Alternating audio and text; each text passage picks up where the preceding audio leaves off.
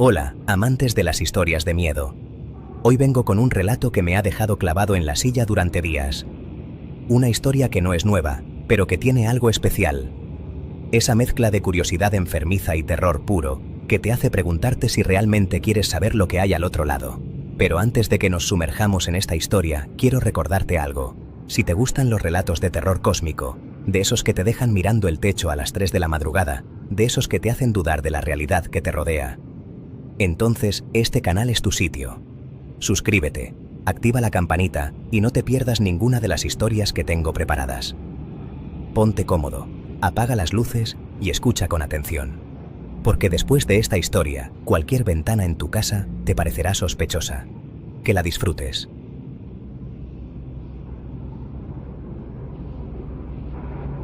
El edificio era antiguo. Probablemente tenía más de 100 años. Paredes de ladrillo macizo, techos de 3 metros de altura, parquet incluso en los pasillos comunes. Ese tipo de construcciones donde uno respira amplitud, donde el espacio no se siente como un lujo, sino como algo natural. Por supuesto, también tenía sus defectos. Tuberías viejas que se quejaban por las noches. Mosquitos imposibles de erradicar en los sótanos. Pero nada demasiado grave para quien buscaba un lugar donde vivir.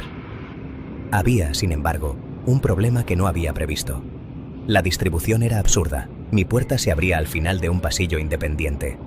El único acceso en todo ese tramo. No conocía a mis vecinos. Ni siquiera los había visto.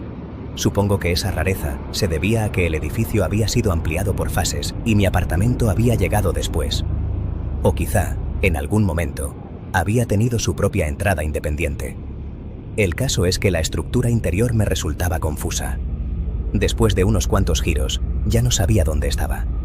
Solo el plano mental que me había hecho del lugar me permitía saber que no vivía en una esquina. El piso era alquilado. Antes habían vivido allí unos jubilados, pero sus hijos se los llevaron a vivir con ellos, y la vivienda quedó disponible. Como llegué a través de conocidos, el proceso fue sencillo. Pacté hacer algunas reparaciones y deshacerme de los muebles viejos. Con eso último no hubo problemas. Nadie iba a defender aquellos armarios y aparadores de la era soviética. La mayoría estaban descascarillados, con las puertas torcidas y un olor a naftalina que se había instalado en sus fibras como un inquilino más. Los tiré sin remordimientos. Fue entonces cuando encontré la ventana. Era un día soleado, nubes dispersas, luz cálida. Una de esas mañanas que invitan a estar fuera. Pero yo estaba dentro, librando una batalla contra un armario enorme. Su trasera estaba fijada a la pared con una docena de tablones de roble atornillados al muro. El armario, literalmente, colgaba de ellos. Desmontarlo se convirtió en una pesadilla. Había sudado a chorros. La camiseta se me pegaba a la espalda. Las manos me ardían por las astillas y el roce del metal oxidado de los tornillos. Cada vez que conseguía aflojar uno, otro parecía apretarse por sí solo. Era como si el armario no quisiera ser desmantelado. Como si supiera que detrás de él había algo que no debía ser visto.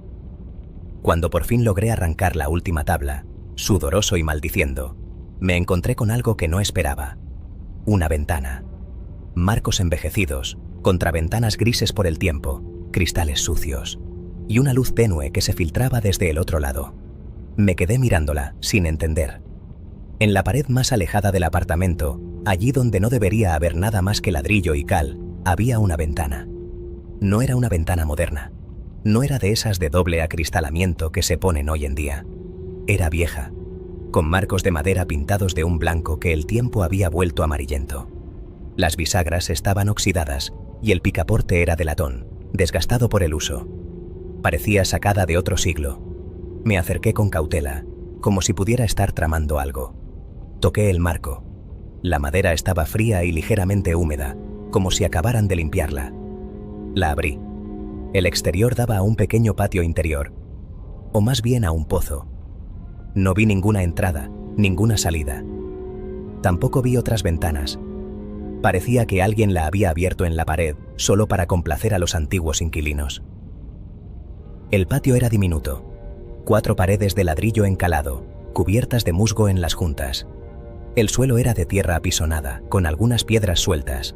No había macetas, ni muebles, ni nada que indicara que alguien lo usara. Era un espacio muerto, un hueco olvidado en el corazón del edificio.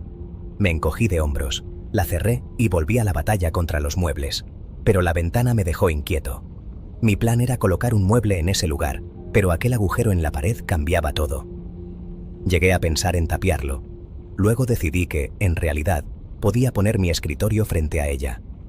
El patio no era grande, y por lo que pude ver, el sol apenas llegaba, excepto quizá en pleno verano al mediodía. Además, un alero protegía la ventana de la lluvia. Las paredes interiores estaban pintadas de un naranja claro, un color agradable que había resistido bien el paso del tiempo y la humedad. Supongo que la falta de sol directo había preservado la pintura. Pasó un mes. Terminé los arreglos, amueblé la casa a mi gusto. Dormía, comía, vivía sin prestar atención a lo que había al otro lado de aquellas contraventanas viejas. La primera vez que noté algo extraño fue un día de tormenta. Llovía con fuerza. El agua golpeaba los cristales como si quisiera entrar. Yo acababa de llegar a casa, empapado hasta los huesos y de mal humor. El día, que había comenzado despejado, se había tornado en un diluvio en apenas 2 horas. Para colmo, ningún taxi quiso recogerme. La ciudad estaba paralizada. Me sequé, me duché y me senté a leer. No tenía ganas de trabajar ni de ver una película. Un libro era justo lo que necesitaba para desconectar. Me instalé en mi escritorio, junto a la ventana oculta. La luz del exterior era excelente para leer. No sé cuánto tiempo pasó. Media hora, quizá 1 hora. Cuando levanté la vista, me quedé helado. El patio interior estaba lleno de sol. Me levanté de un salto y corrí a las otras ventanas. Afuera, la tormenta seguía. Charcos, cielos grises, agua cayendo sin piedad. Allí, en aquel pequeño pozo de ladrillo, brillaba el sol. No era una luz tenue, no era un reflejo, era sol de mediodía, intenso, cálido, como en pleno verano. Y por la ventana entraba un resplandor dorado que iluminaba toda la habitación.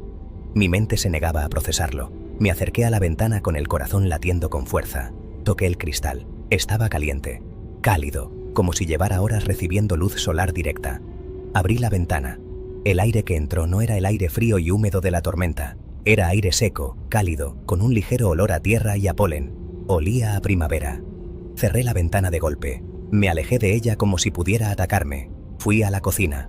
Café, coñac. Primero el café, luego el coñac. Mucho coñac. Fumé un cigarro, aunque casi nunca fumo.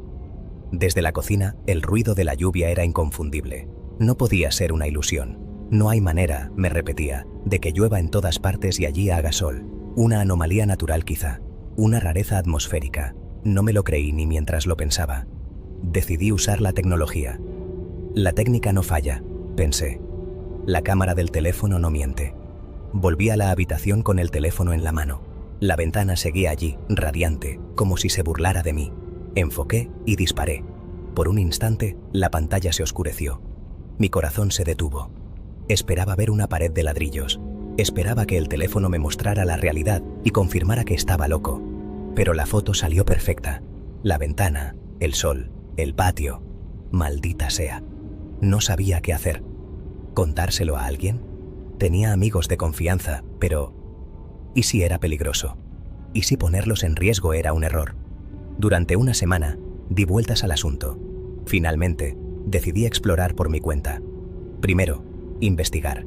Luego, decidir. Compré equipo de escalada. Cuerdas, mosquetones, arneses. Lo necesario para un descenso.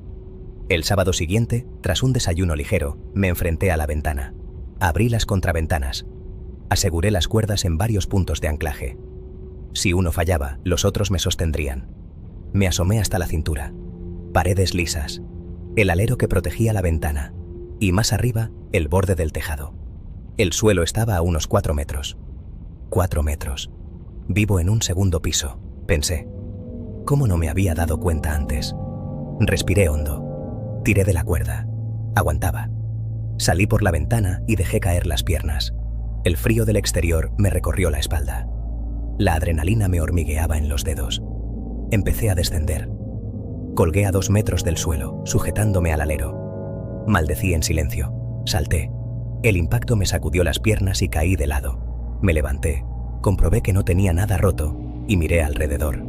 Nada especial. Tierra apisonada, paredes y la ventana por la que había salido. Levanté la vista. El cielo era de un azul profundo, limpio, sin una nube. ¿Era así siempre aquí? Quise gritar, llenar los pulmones y soltar un grito de triunfo o de miedo, no lo sabía. Pero algo me detuvo. ¿Quién sabe qué pueda haber aquí? Mejor no llamar la atención. El silencio era absoluto. No se oían coches, ni pájaros, ni voces. Solo el latido de mi corazón y el roce de mi ropa al moverme. Era un silencio denso, como si el aire mismo estuviera esperando algo. Caminé hasta el centro del patio. La tierra era firme, pero ligeramente blanda, como si hubiera llovido hacía poco. No había huellas, nadie había estado allí en mucho tiempo. Toqué la pared. Estaba fría, pero no húmeda. Los ladrillos estaban limpios, sin moho. Aquel patio, a pesar de estar a la intemperie, no parecía haber sufrido los estragos de los años. Levanté la cabeza hacia el cielo otra vez. El azul era profundo, intenso, casi irreal. Demasiado perfecto. Como un telón pintado. La expedición había terminado. Volví a subir. La sangre me golpeaba las sienes. El corazón se me salía del pecho. Y no era por el esfuerzo. Subir 4 metros no debería ser tan agotador. Estaba aterrado. Había cruzado a otro mundo. ¿O era el mismo mundo, pero distorsionado? Mi cabeza era un hervidero de preguntas sin respuesta. Logré calmarme. Me reí solo, como un idiota, y me senté en el escritorio. Ya tenía un plan. La operación Cubierta había comenzado en mi mente. Pasó un mes. El tiempo suficiente para preparar la siguiente fase. Compré materiales y construí una especie de balcón que sobresalía 2 metros desde la ventana. Reemplacé la vieja estructura por una ventana de doble acristalamiento. No vaya a ser que algo del otro lado se colara. Debajo del alero, instalé una persiana enrollable. También estudié cómo llegar al tejado. La solución era obvia. Una escalera. Pero poner una escalera de 5 metros en un balcón de 2 metros de ancho no era buena idea. Así que compré 20 grapas de acero y las clavé en la pared, creando una escalera de montaje improvisada. El proceso fue lento y peligroso. Varias veces estuve a punto de caer. En una ocasión, una grapa se soltó y caí desde la altura del 3er piso. Solo el hecho de que mi pierna se enredara en una cuerda que colgaba del balcón me salvó de morir. Quedé colgado boca abajo, con un par de tablas rotas. Pero finalmente, la escalera estuvo lista. Una hilera irregular de grapas que subía hasta el borde del tejado. Cuando clavé la última, contuve la respiración y no miré hacia abajo. Ese día debía ser mi triunfo, no el momento de asomarme al vacío. Y entonces llegó el día de la verdad. Preparé mi mochila con comida para un día, una estera, agua, linternas, cuerdas y lo más importante, la cámara. Se la había pedido prestada a un amigo. Traía un teleobjetivo, un macro y un gran angular. Y por supuesto, una brújula. No se me ocurrió llevar un trípode, pero mi equipo ya era bastante pesado. Subí las grapas. La chapa del tejado crujía bajo mis pies. Me esforcé por no mirar al vacío. Cuando mis manos tocaron el borde, cerré los ojos. Un momento, solo un momento, y los abrí. No sabía qué esperaba. ¿Un jardín paradisíaco? ¿Un desierto? ¿Una estepa infinita? ¿O tal vez niebla y rocas emergiendo de ella? Lo que vi me decepcionó un poco, la verdad. Grandes bloques de piedra, como icebergs de roca, congelados en olas de niebla. A veces, la niebla se alzaba hasta 40 metros en remolinos y anillos. El tejado era inmenso, mucho más grande de lo que parecía desde abajo. Se extendía en todas direcciones como una plataforma gris y ondulada, salpicada de pequeñas grietas y manchas de musgo seco. Me dirigí al borde del tejado, contando mis pasos. 8, 30, 100. Me detuve. Había recorrido 100 pasos, pero visualmente apenas me había movido 20 o 30 metros. Anomalías espaciales.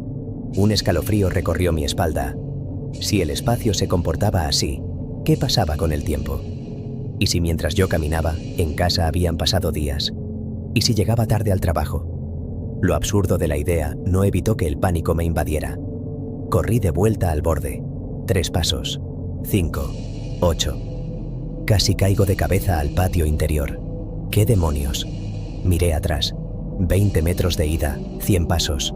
8 de vuelta. Muy conveniente para huir. Bajé corriendo. Entré en casa y me lancé al ordenador. Fecha y hora. El mismo día, solo 20 minutos después. El alivio me hizo sentarme en la silla. El tiempo estaba bien. Volví a subir. Esta vez estaba más preparado. La ansiedad se había transformado en curiosidad. En el tejado saqué la brújula. La aguja giró media vuelta y se detuvo, señalando una dirección fija. El norte, supuse. Levanté la cabeza para orientarme por el sol. No había sol. Miré a mi alrededor. No había sombras. Ninguna. Como si fuera un día nublado, pero con colores vivos y contrastes. Eso sí me inquietó. Luz sin fuente. No había nubes que pudieran difuminar la luz del sol. No había ningún objeto que reflejara una luz artificial. Y sin embargo, todo estaba iluminado con una claridad perfecta, sin sombras, sin degradados. Era como estar dentro de un estudio fotográfico, con focos invisibles colocados en todos los ángulos posibles. Empecé a caminar hacia el borde del tejado, sin dejar de mirar la brújula. La aguja seguía fija.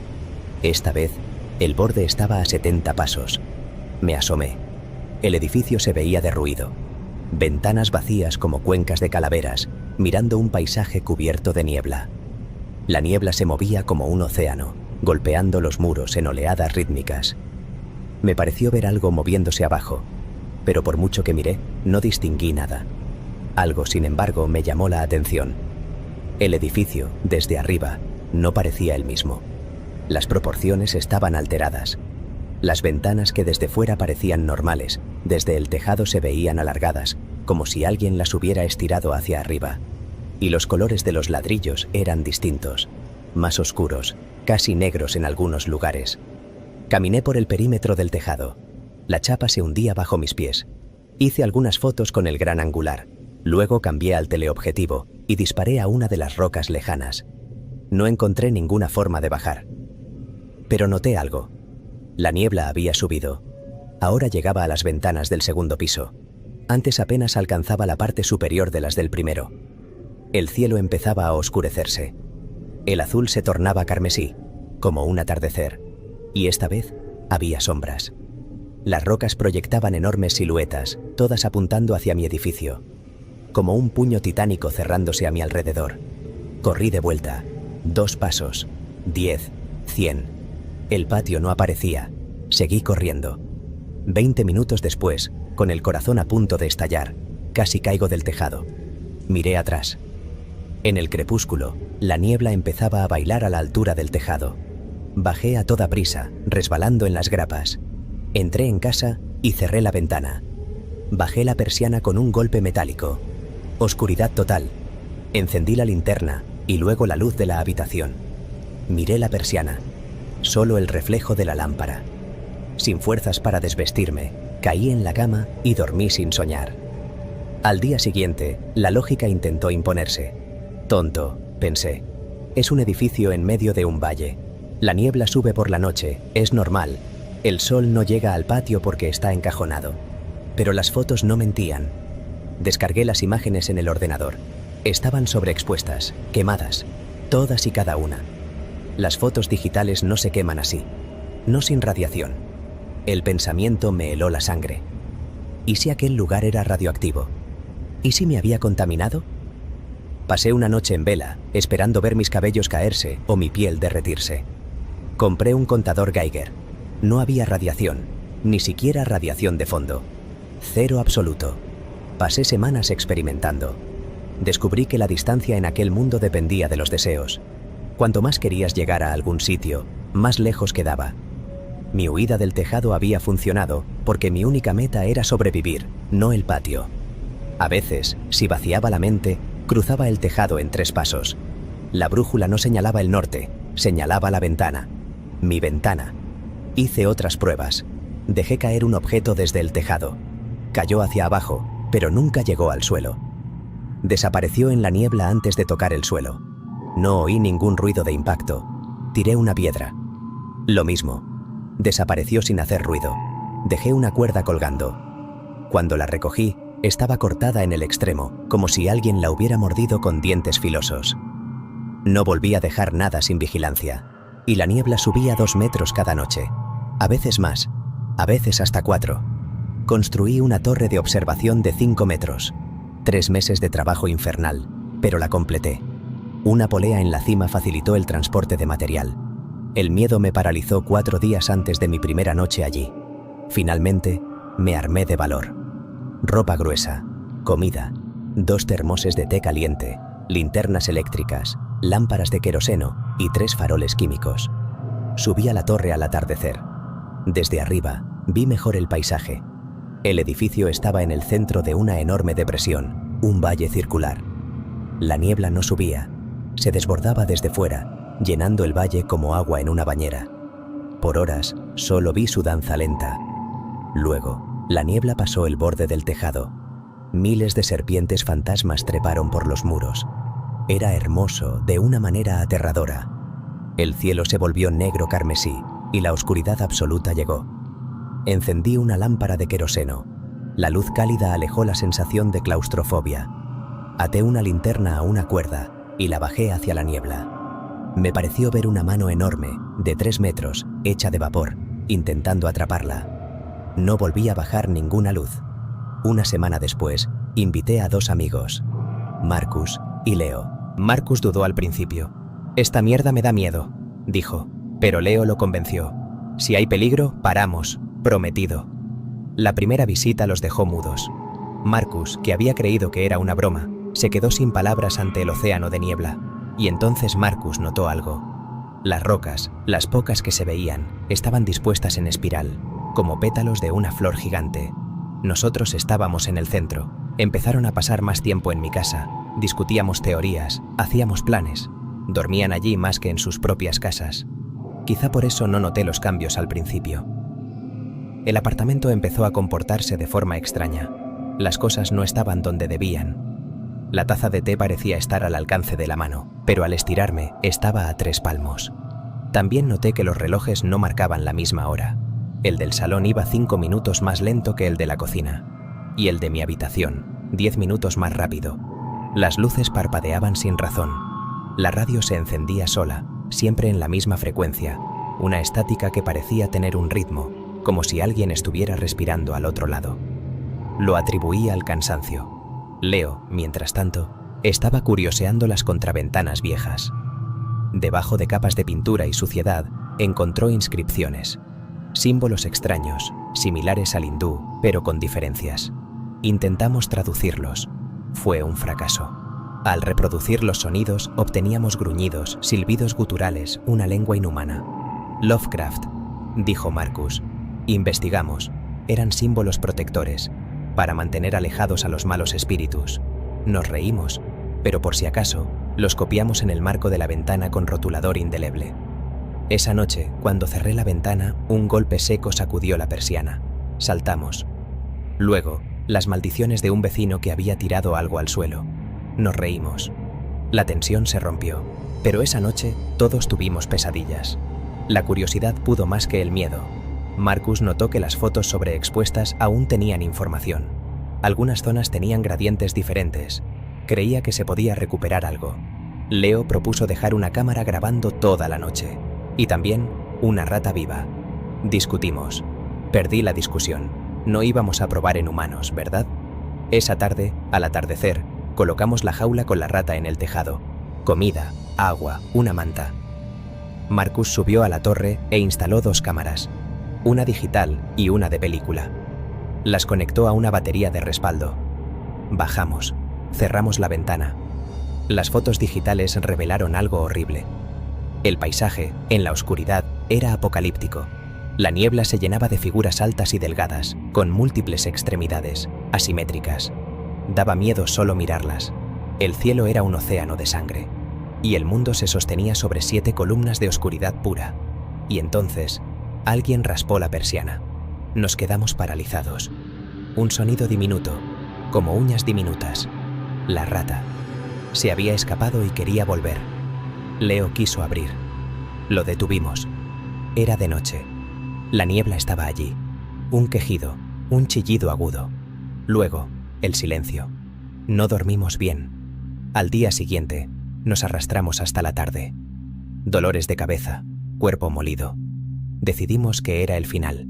Íbamos a recuperar el equipo. Y si la rata había sobrevivido, también. Luego, denunciaríamos el hallazgo. Y nos olvidaríamos de todo. Pero al abrir la persiana, el patio había cambiado. Parte de la pintura se había caído, revelando muros cubiertos de símbolos rojo oscuro, los mismos que habíamos dibujado en el marco, pero miles. Y en el suelo, una mancha negra y viscosa. Subimos. Leo me pasó las cámaras mientras yo las atrapaba. La batería era demasiado pesada. La dejamos. Mientras Leo bajaba, se quedó mirando algo. Seguí su mirada. La niebla había llegado. Filamentos blancos trepaban por el borde del tejado, deslizándose hacia nosotros. ¡Baja!, grité. Leo se movió rápido, pero al llegar al suelo, el patio se alargó. Lo vi correr hacia la ventana, pero cada zancada lo alejaba. Se subió a la polea, tiró de la manivela. La cuerda se rompió, cayó al suelo, se levantó, corrió. La niebla lo alcanzó, solo por un segundo, pero lo alcanzó. Lo vi salir de la niebla con la piel cubierta de ampollas negras que reventaban al contacto con el aire. Gritaba, no sé cómo, pero trepó. Lo agarré y lo metí dentro. Cerramos la ventana. Leo yacía en el suelo, balbuceando palabras sin sentido. Su piel se ennegrecía, se agrietaba, sus ojos se hundían. Fui a llamar a una ambulancia, y entonces, desde el suelo, Leo se levantó. «Naigedul», dijo, con una voz que no era humana. Se movió hacia mí. Su cabeza colgaba, su mandíbula, desencajada. Goteaba un líquido verde. Agarré el hacha de carnicero que colgaba en la cocina y se la clavé entre los ojos. Su cuerpo se desplomó. Un par de espasmos. Luego, el silencio. Pasé casi un mes en un centro de rehabilitación. Marcus apareció muerto en su laboratorio de fotografía. Tenía las fotos en la mano, pero había quemado los negativos. Su cara era una máscara de terror. No sé qué vio. No quiero saberlo. Intenté contar la verdad en el comisario. Me mostraron las grabaciones de las cámaras, donde se veía el paisaje infernal y las figuras en la niebla. Me enviaron al psiquiatra.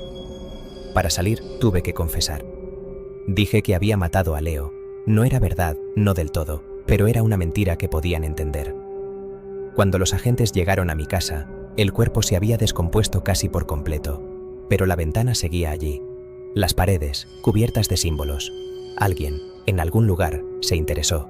Gente de civil, sin identificación. Les conté todo. Fingieron creerme. Yo fingí creerles. Un mes después, el edificio explotó. Fuga de gas, dijeron. Al día siguiente, caminé entre los escombros. Del edificio solo quedaban un par de muros de carga y una ventana, algo torcida, pero intacta. A través de sus cristales solo se veía cielo. Pero si te colocabas en el ángulo correcto, podías ver un fragmento de ladrillo cubierto de símbolos de un rojo oscuro. Me pregunto si algún día la lluvia y el viento borrarán las marcas del rotulador, y si alguien, al abrir esa vieja ventana, verá otra cosa.